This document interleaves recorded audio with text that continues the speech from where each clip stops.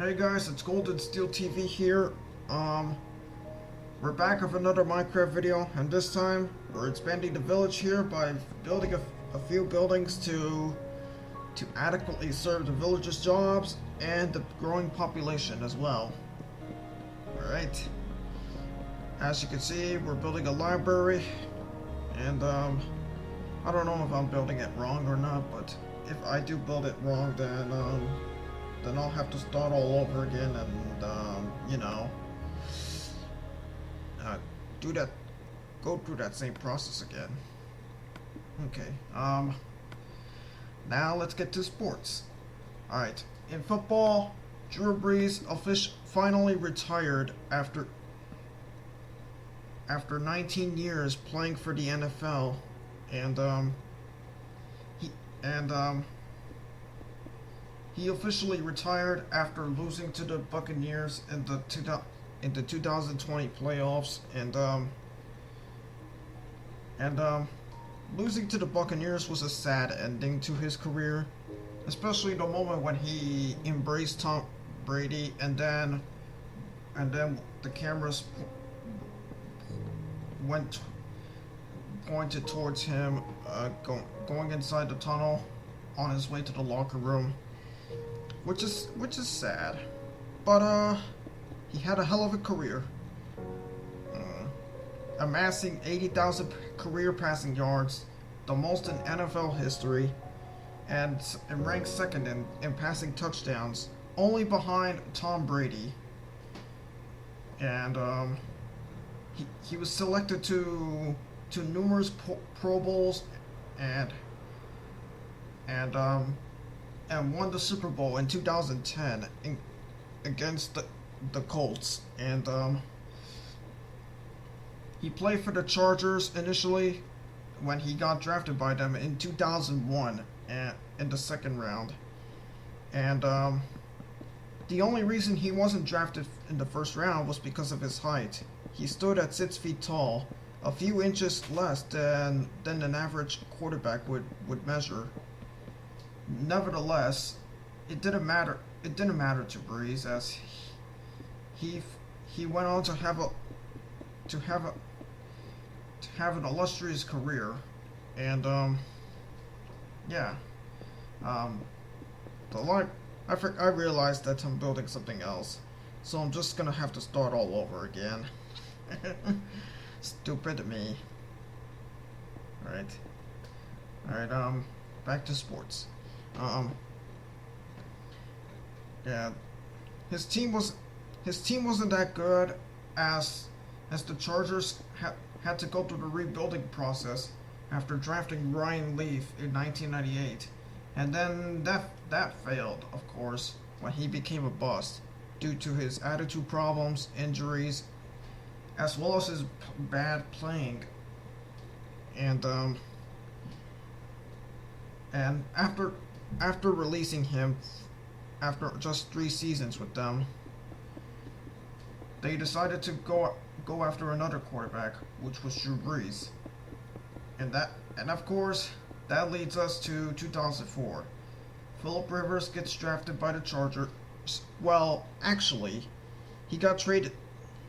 They drafted Eli Manning first overall in 2004, but Eli refused to play for the team and ended up getting traded to the Giants in exchange for Philip Rivers.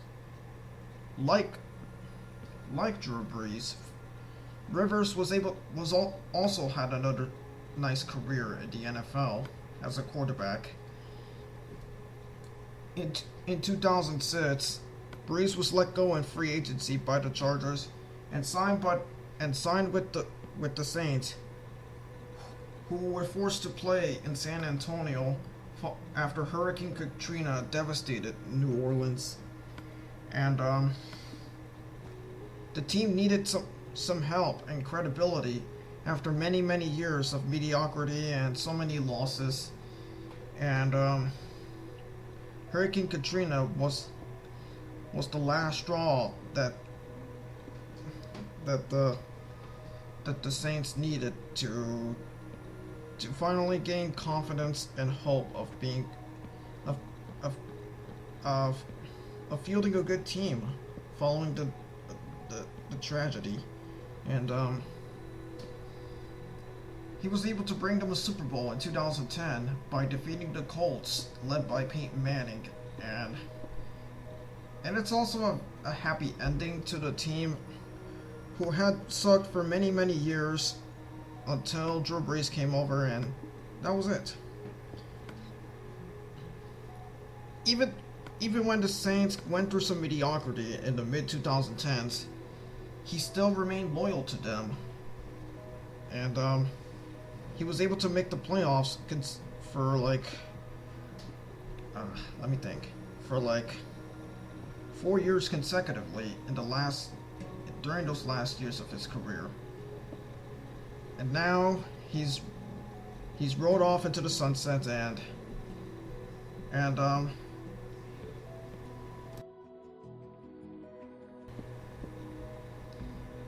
now he's rode off into the sunset.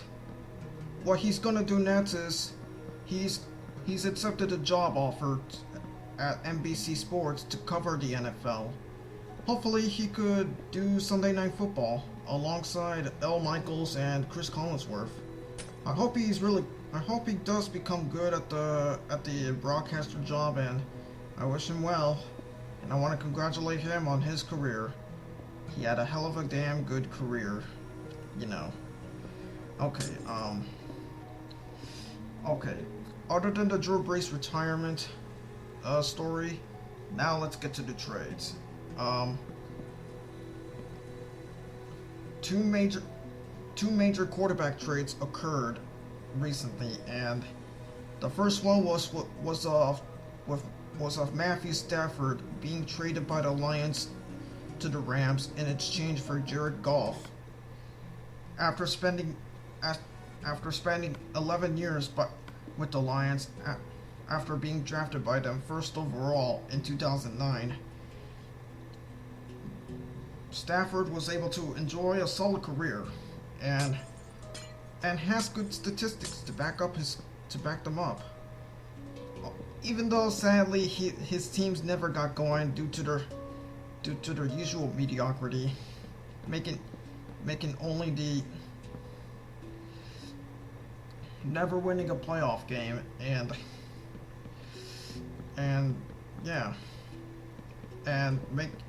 Stafford only made one Pro Bowl just once in his career with the Lions. Since Stafford is being traded to a team that has a pretty good defense as well as a solid offense, he should fare well in Sean McVay's system. I don't know how, but we'll just have to see about that when the season does start later on in September. As for Jared Goff, he's being sent to a team that's of course mediocre, and I don't think it's gonna get going. And yeah,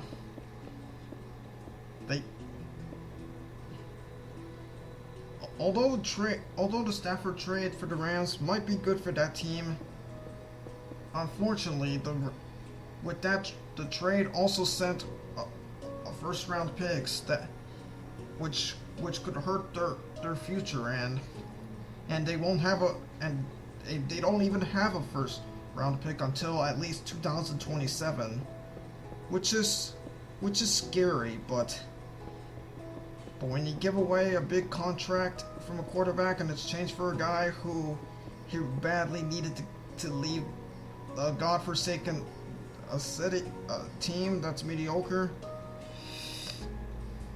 you owe a lot. You know. Okay. But I'm not sure how this trade will end up becoming, so I think it's better to wait until the season starts in September to finally start judging how good was the trade. I'm almost done building the library. It's about to be nighttime, so I'm about to go to sleep now.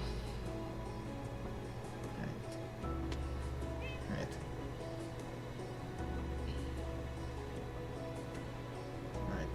Let's go to sleep. And that's the cat right there named Russ. Isn't that a good name? Yes? go to sleep. Alright, now we've officially woken up. We're almost done building the library. Alright. In other news, Carson Wentz got traded from the Eagles to the Colts, and in a desperate attempt to rebuild his career. And he had a injury prone but a pretty good tenure with the Eagles after being drafted by them second overall in 2016. He did have an MVP caliber season in 2017, although it was unfortunately cut short by a torn ACL injury later on during the season, being replaced by Nick Foles, who was able to lead the team to a Super Bowl 52 victory, giving Wentz a ring in the process.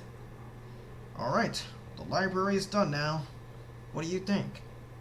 Does it look good? Yes? No? Okay.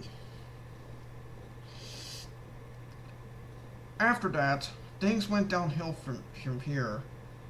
Wentz would experience more and more injuries pretty much every year, and by 2020, he was being so bad that he got benched for a rookie quarterback, Jalen Hurts. And after the season came to a close, Wentz requested a trade, and the only team that was willing to trade for him was the Colts. And what it leads to now is of Wentz being traded to the Colts in exchange for draft picks, and that's how it happened. I'm not sure how good would the Colts be under their new quarterback Carson Wentz. I'm not sure how far they will go, but let's just hope things get better for them. I don't know.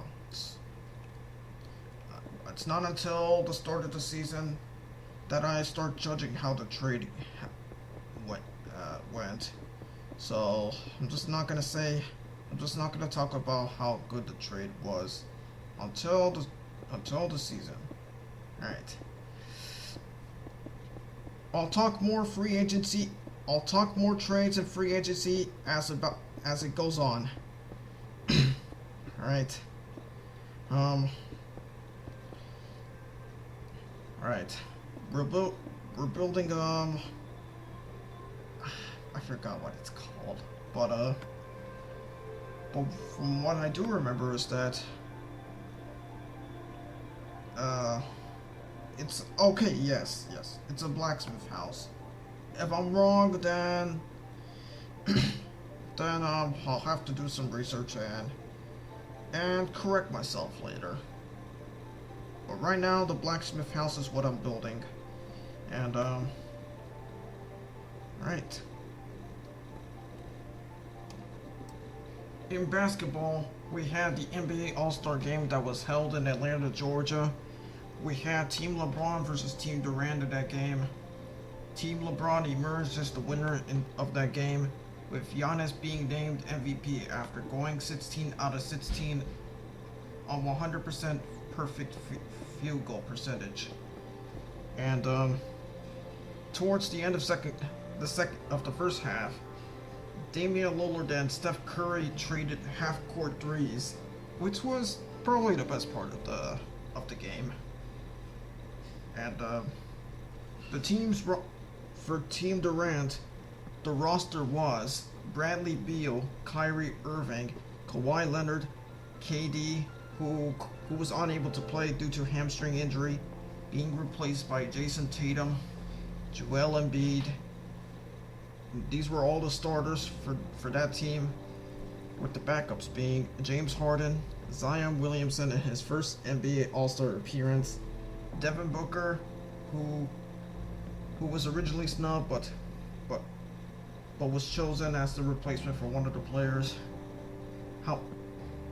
However, he was injured, being replaced by Mike Conley.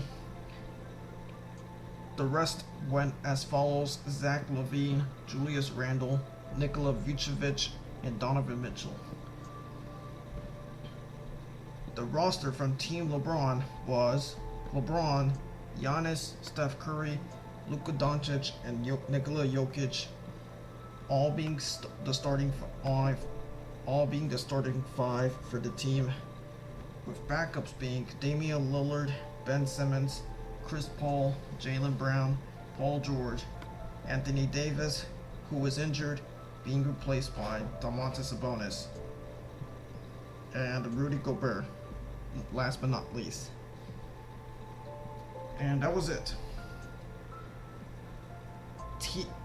The Nets got even scarier by signing the past prime Blake Griffin after being released by the Detroit Pistons. Even though he's past his prime,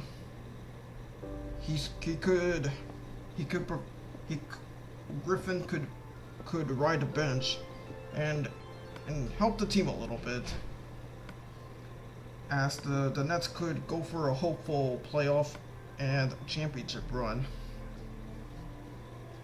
Weeks later, they shocked the NBA world by signing LaMarcus Aldridge after being bought out by the Spurs. And with those two major signings, it's the worst nightmare any NBA fan could face. And yeah, the Lakers decided to fight back by signing Andre Drummond after his contract got bought out by the Cavaliers. And I don't know how these contract signings will work, but we'll just have to see about that. For the Lakers, however, injuries have started to pile up, with LeBron spraining his ankle in the game against the Atlanta Hawks, and AD injuring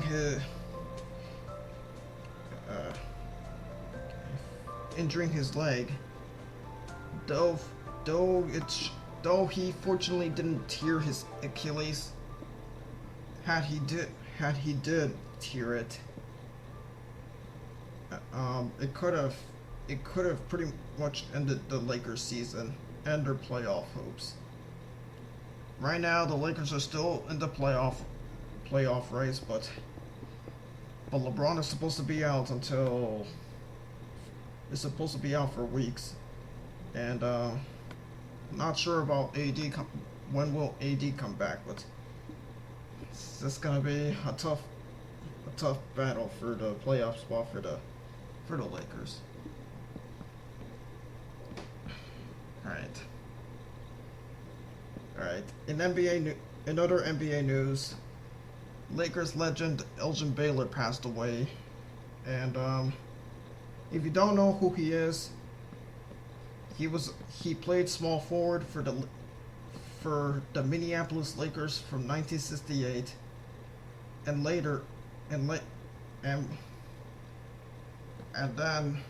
then the team moved to LA with him, and then the team moved to LA, now going by LA Lakers in 1960, taking Elgin Baylor with him in the move, taking Elgin Baylor with them in the relocation move. Throughout his career, he averaged 27 points per game, a little 27.4 points per game, a little over Jerry West's 27 points per game and Kobe's 27 points per game. He played alongside Jerry West and later Wilt Chamberlain throughout his career, and on the court, he was known for his super athletic ability and high scoring ability. In fact, he was the first player to have scored 70 points or more in a single game, scoring 71 points in 1960 or 61, I think, before his record got surpassed by his future teammate Wilt Chamberlain in 1962. when the latter scored 100 points in that game, of course. And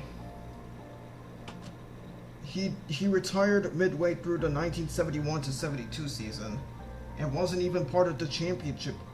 It wasn't even the. It didn't even play in the finals. In the 1972 finals, in which the Lakers won against the New York Knicks. All right, we're done building the blacksmith house, from what I can remember, what it's called, but. Alright, but now I have to go to bed. And, Alright.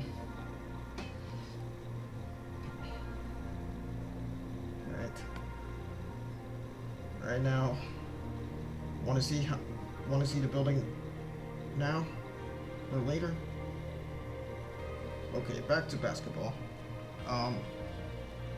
Even though he didn't play in the NBA Finals, in which the Lakers won in '72, the team still gave him a ring as a consolation prize. Unfortunately, though, Elgin Baylor never won a single NBA Finals championship, and was 0-8 in the NBA Finals. To be fair, though, and the main reason was because he and his team were often crushed by Bill Russell's Boston Celtics, and you do have to feel bad for Baylor, cause he's a legend, and had he won a ring, he probably could have been in the best small forward of all time, in the same sentence as Larry Bird and LeBron. And Baylor's legacy is so great that his super athletic ability was the basis for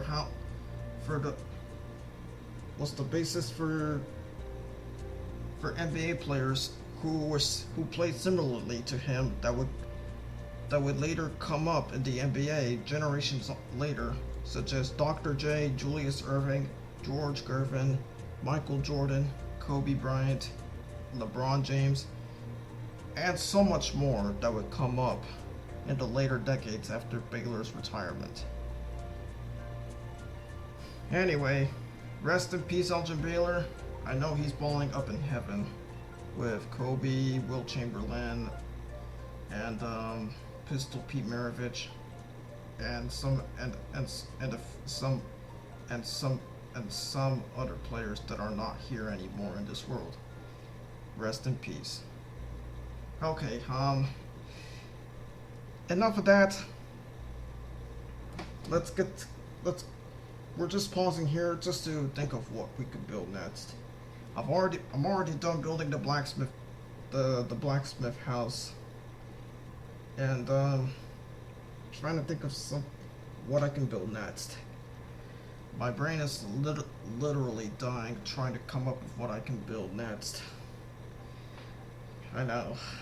Sometimes I feel stupid when I try to come up with the dumbest ideas possible.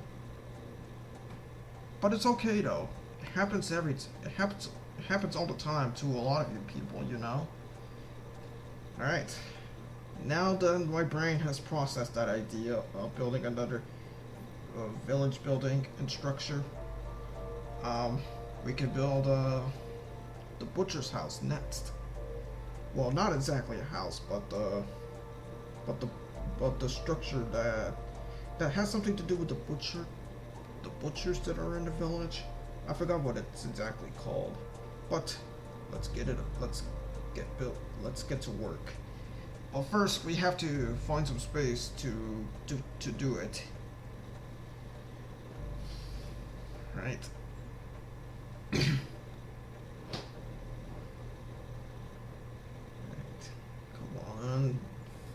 Come on, do something quick, man. Come on, think of something, you stupid idiot. You stupid fuck. Right.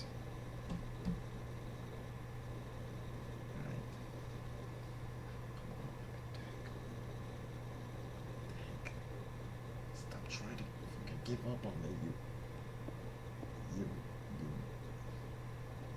you bastards that are in my brain. Okay, now my brain is processed, and now we're gonna build the structure involving the butcher. Okay, right. Come on. Right. And I'm gonna stop a few times just to read the blueprints for of how to build a structure, which is, and that should help in the process. Right. Let's get to work. Right. While we're doing that, let's talk about what's been happening in the real world outside of sports, or in my life. I haven't been doing a lot of gaming videos over the past month. I've been busy with college and family stuff going on in my life, and I know you're mad at me just because I wasn't able to do a gaming video as a result. But understand that I am a fucking human being that still has family and life, and that I have feelings, and that I still have stuff to do outside of YouTube. And I appreciate the understanding, and please forgive me if I have been unable to record any gaming videos for periods of time. And yeah. But the biggest problem I ran into though is the headset. Currently, I'm recording my voice through the with my voice with the voice being captured through the speaker rather than the microphone. The real reason is that one of the PS4 headset stopped working and gave up on me, to the point that I was left feeling less motivated to do a gaming video without the headset and microphone to work with, and it's taking my toll on my ability to do more gaming videos, because I love doing these videos, and I have a passion for that, and it's killing my motivation to do that work, you know. But don't worry, I'll get a new headset soon, so I might go back to doing gaming videos like every 2 to 3 weeks, depending on the things going on in my life and the time that I have to do so. And yeah, I appreciate the understanding and continuing support, and I love you guys, and I want to give all my support to my viewers, and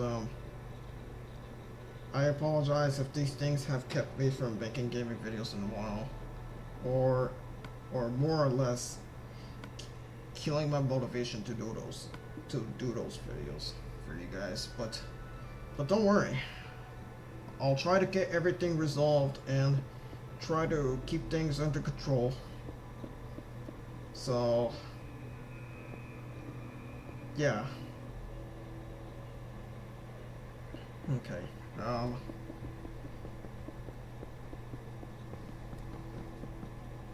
Alright. In real life, as some of you may or may not know, Cuba was a channel that existed since 2006, and for many of us kids from the generations of those who were born in the 1990s and the 2000s, there's a good chance you might have heard of that channel called Cubo. And throughout their history, they aired shows that previously aired on on PBS Kids or any other kids channel,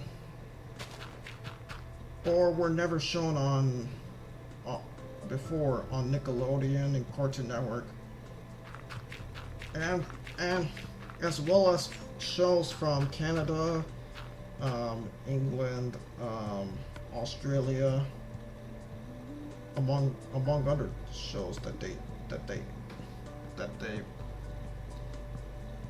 broadcasted. And unfortunately though, Cuba was shut down at the end of February, leaving a big void in what kids can watch now.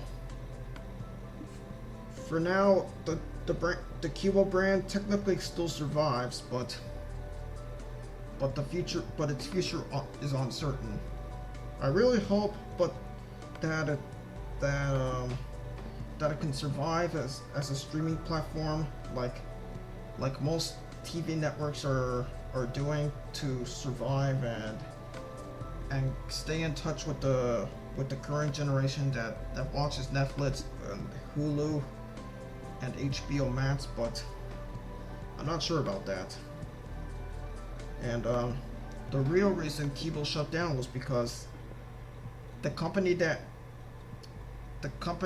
ran Kibo, Ion Television, which was bought out by another media company, and rather than let Kibo survive, they decided to shut it down. And that's the unfortunate thing, because I don't know what the next generation of kids will watch next. And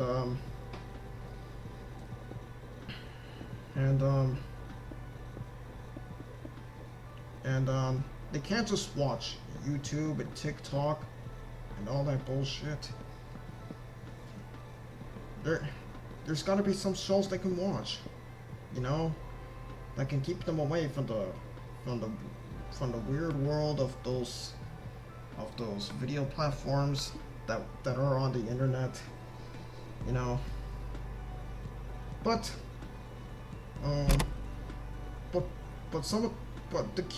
the shows that aired on Kibo can have its episodes that are found online, especially on YouTube. So at least we can get the piece of legacy of the network. And yeah, as a kid, I grew up watching that channel since discovering the channel on a rather happy accident. And I'm proud to have grown up watching that channel. Their shows taught me a lot. Their shows meant so much to me growing up, and you just hate to see the cornerstone of your childhood going away and disappearing right in front of you. But to others who grew up with watching that channel, I salute you, and we salute you too. And yeah, Cubo's legacy is never gonna die out. It's still gonna be here, no matter whether or not it exists, or actually whether or not it continues to exist. So it's here to stay in my memory and everyone's memory, and its legacy is also here to stay.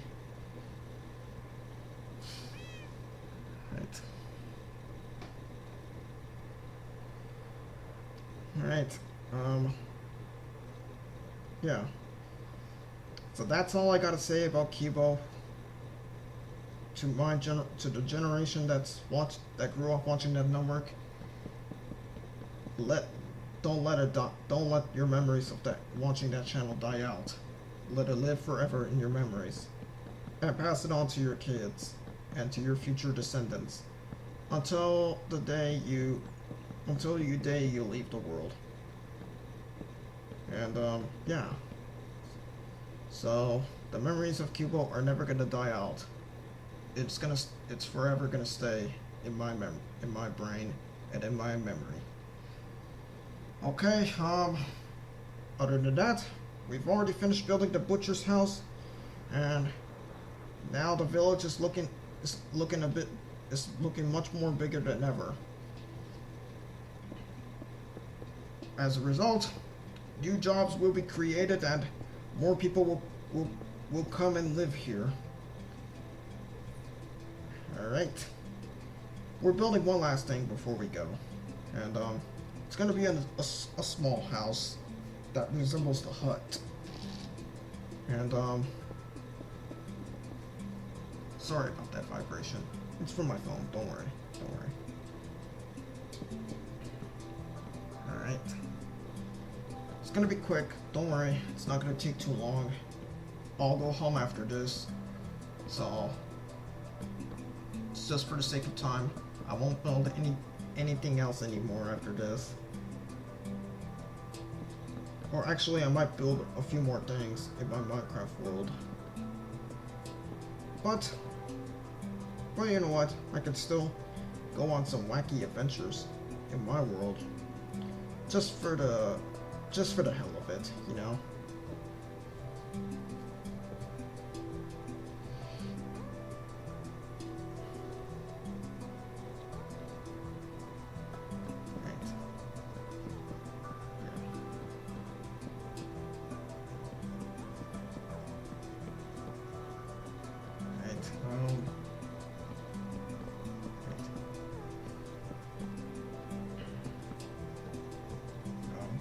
We're almost done, don't worry.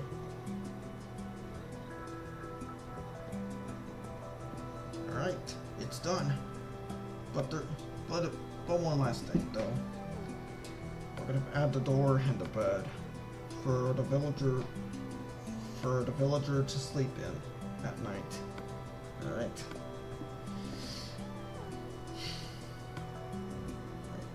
The stairs and least not forgot the door. Okay, we're done. Let's go home now. Alright,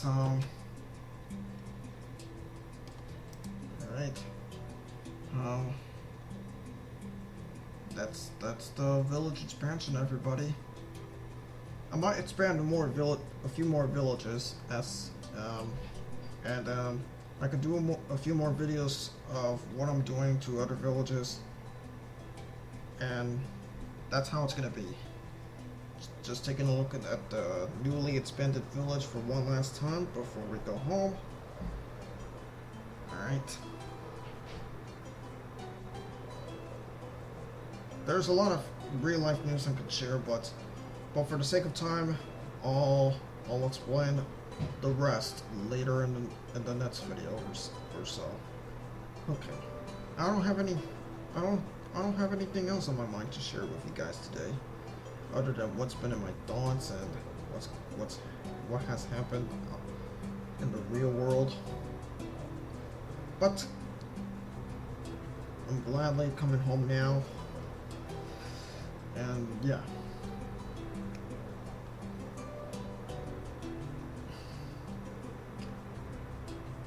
We're almost home. We're almost home, boys. Okay, we're home now in my beautiful village and hometown.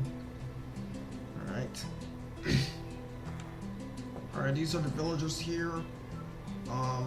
That's Wally, that's William, and that's Terrence, and another guy coming in. His name is Jeff.